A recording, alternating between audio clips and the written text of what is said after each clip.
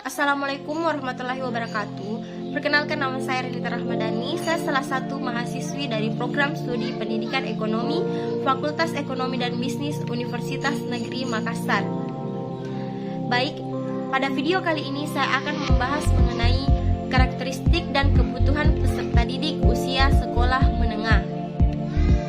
Yang pertama, yaitu saya akan membahas mengenai pengertian pendidikan. Pendidikan merupakan kunci bagi manusia dalam menghadapi perubahan zaman yang terus saja berubah. Pendidikan adalah nilai pribadi, kebutuhan sosial, landasan keberadaan yang baik, dan simbol dari kebebasan. Pendidikan adalah sarana untuk memperoleh suatu informasi, melestarikan identitas seseorang, dan mencapai suatu kesuksesan. Pendidikan memberi kita tidak hanya keterampilan yang kita butuhkan untuk mencapai sesuatu, tetapi juga pemahaman tentang perilaku sosial, kekuatan, karakter, dan juga harga diri. Selanjutnya yaitu pengertian karakteristik. Karakteristik adalah bagian dari kepribadian dan gaya hidup seseorang, serta nilai-nilai yang berkembang seiring dengan berjalannya waktu, memungkinkan perilaku yang lebih konsisten dan nyata. Adapun ciri-ciri dari karakteristik yaitu perbedaan antara satu individu dengan individu yang lain. Bisa dikatakan seperti setiap individu itu pasti memiliki ciri khas yang berbeda. Itulah definisi dari karakteristik. Selanjutnya, Charaki pada 2013 mendefinisikan karakteristik sebagai atribut yang terkait secara alami dan diri seseorang seperti usia, jenis kelamin, ras atau etnis, keahlian, agama atau kepercayaan, dan sebagainya.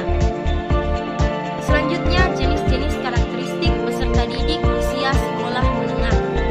Karakteristik peserta didik adalah seluruh pola perilaku atau bakat yang mereka miliki sebagai konsekuensi dari lingkungan dan bantalan mereka, yang berdampak pada perilaku mereka dalam mencapai tujuan mereka. Dengan kata lain, fitur siswa karakteristik peserta didik yang termasuk di dalamnya yaitu antara lain berasal dari kepribadian mereka sendiri seperti bakat umum, harapan belajar, sifat fisik dan emosional yang semuanya dapat mempengaruhi kemanjuran pada pembelajaran mereka. Adapun jenis-jenis karakteristik peserta didik usia sekolah menengah antara lain yaitu berasal dari etnis, budaya, posisi sosial ekonomi, minat, perkembangan kognitif, bakat awal yang mereka miliki, gaya belajar mereka, motivasi, perkembangan emosional, perkembangan sosial, perkembangan moral dan spiritual, serta perkembangan motorik mereka. Untuk peserta didik usia sekolah menengah, menumbuhkan dan meningkatkan ciri-ciri karakteristik kemandirian dan tanggung jawab adalah hal yang sangat-sangat penting. Peserta didik terbiasa menjadi lebih mandiri dan juga bertanggung jawab, mempersiapkan mereka untuk transisi dari sekolah ke pekerjaan, di mana tidak diragukan lagi akan lebih banyak tekanan yang akan mereka dapatkan di dunia kerja, serta tanggung jawab yang akan mereka pegang pada dunia pekerjaan ketimbang mereka masih berada di dunia atau di bangku sekolah. Masalah dan upaya pembentukan karakteristik peserta didik usia sekolah menengah. Perilaku remaja saat ini cenderung mendekati karakteristik yang kurang menguntungkan sebagai akibat dari meluasnya waktu globalisasi kehidupan remaja dan perilaku remaja saat ini. Karena persatuan pemuda Indonesia telah dicampur oleh banyak jenis asosiasi dari budaya luar, banyak budaya Indonesia yang belum membentuk dari tradisi dari kalangan remaja. Pada hari ini, kriminalitas remaja telah melampaui apa yang mereka dapat terima. Mereka tidak seharusnya mendapatkan hal-hal yang belum pantas bagi diri mereka. Banyak anak-anak usia remaja akrab dengan asap, narkotika, serta seks bebas, serta berpartisipasi dalam hal yang semestinya tidak mereka lakukan. Adapun upaya yang pertama dalam pembentukan karakter peserta didik usia sekolah menengah yaitu pendidikan agama. Pendidikan agama menjadi sangat signifikan atau penting dalam pembentukan karakter peserta didik, karena tujuan akhir dari pendidikan agama adalah untuk mewujudkan kebijaksanaan individu atau karakter mulia yang nantinya akan dimiliki oleh seorang individu. Upaya yang kedua yaitu upaya dari seorang guru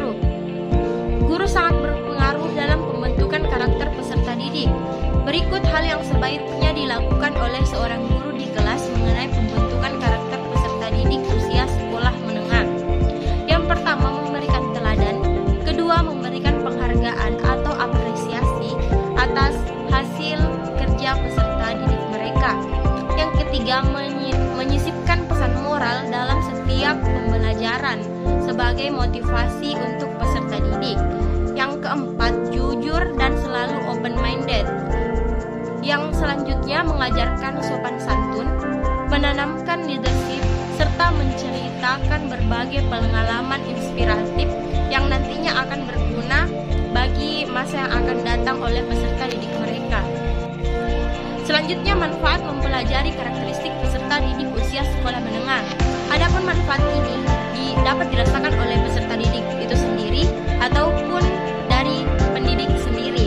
Yang pertama yaitu pendidik mampu memahami bagaimana cara menanggapi peserta didik mereka.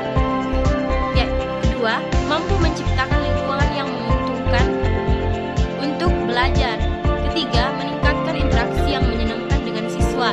Dengan begitu, siswa akan merasa nyaman dalam pembelajarannya. Keempat, mampu menentukan teknik belajar yang paling efisien. Selanjutnya, mampu menentukan apakah ada masalah pada perkembangan belajar seorang peserta didik.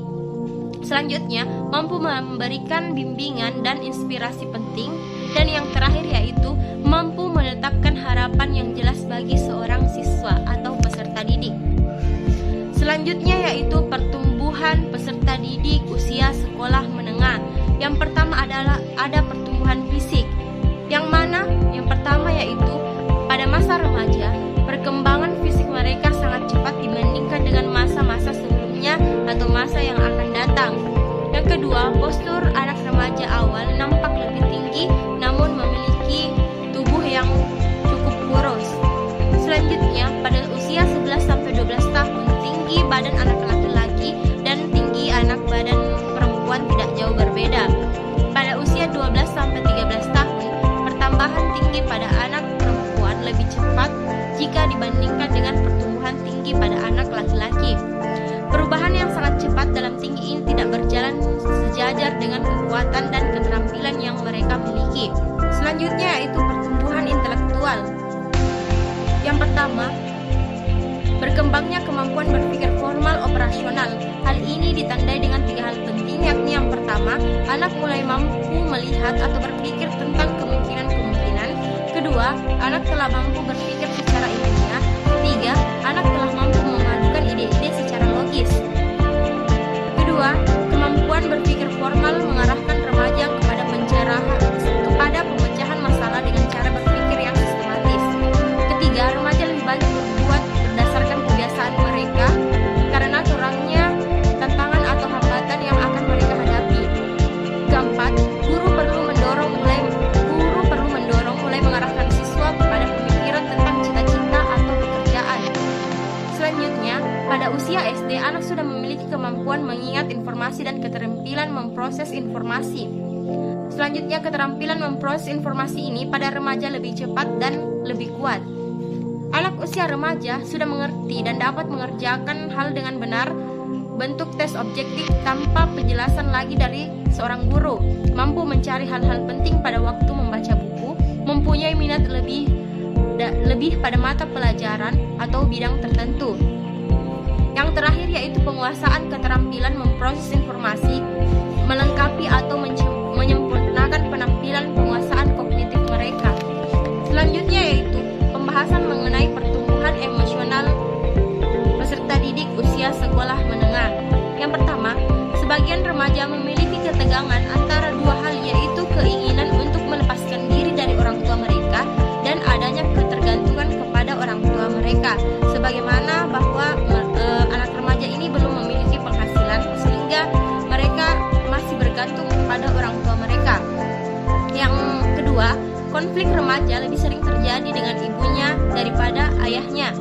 Ketiga, hasil penelitian menunjukkan bahwa konflik anak dan orang tua hanya terjadi 15% sampai 20% dari seluruh keluarga, terutama terjadi pada keluarga yang telah bermasalah sebelum anak-anak mencapai usia remaja mereka.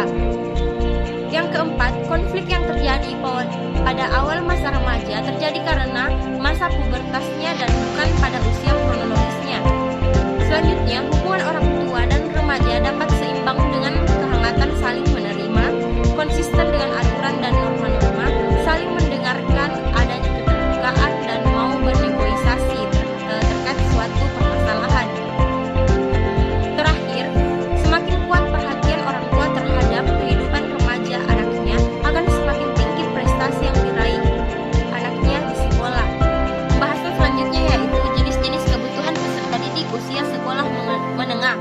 Yang pertama ada need for affiliation, yaitu kebutuhan untuk berhubungan dengan orang lain seperti teman sebaya, setia kawan, mengerjakan sesuatu bersama dengan teman, berpartisipasi dalam kelompok, kebutuhan untuk membentuk persahabatan yang baru, dorongan untuk mencari kawan sebanyak-banyak mungkin, mengerjakan pekerjaan secara bersama-sama, akrab dengan teman, dorongan untuk menulis persahabatan, dan sebagainya. Selanjutnya yaitu need for aggression, yaitu kebutuhan untuk melakukan tindakan kekerasan, menyerang pandangan yang berbeda dengan pandangan yang dimilikinya, menyampaikan pandangan tentang jalan pikiran orang lain, mengecam orang lain secara terbuka, melukai perasaan seseorang, mempermainkan orang lain, dan dorongan untuk membaca berita yang menjurus kepada kekerasan seperti pemerkosaan dan lain sebagainya yang sejenis. Selanjutnya yaitu autonomy needs, yaitu kebutuhan untuk bertindak secara mandiri, menyatakan kebebasan diri untuk berbuat atau mengatakan apapun yang mereka ingin katakan, bebas dalam mengambil keputusan, melakukan sesuatu yang tidak bisa dilakukan oleh orang lain, menghindari pendapat orang lain, menghindari tanggung jawab atau tugas orang lain.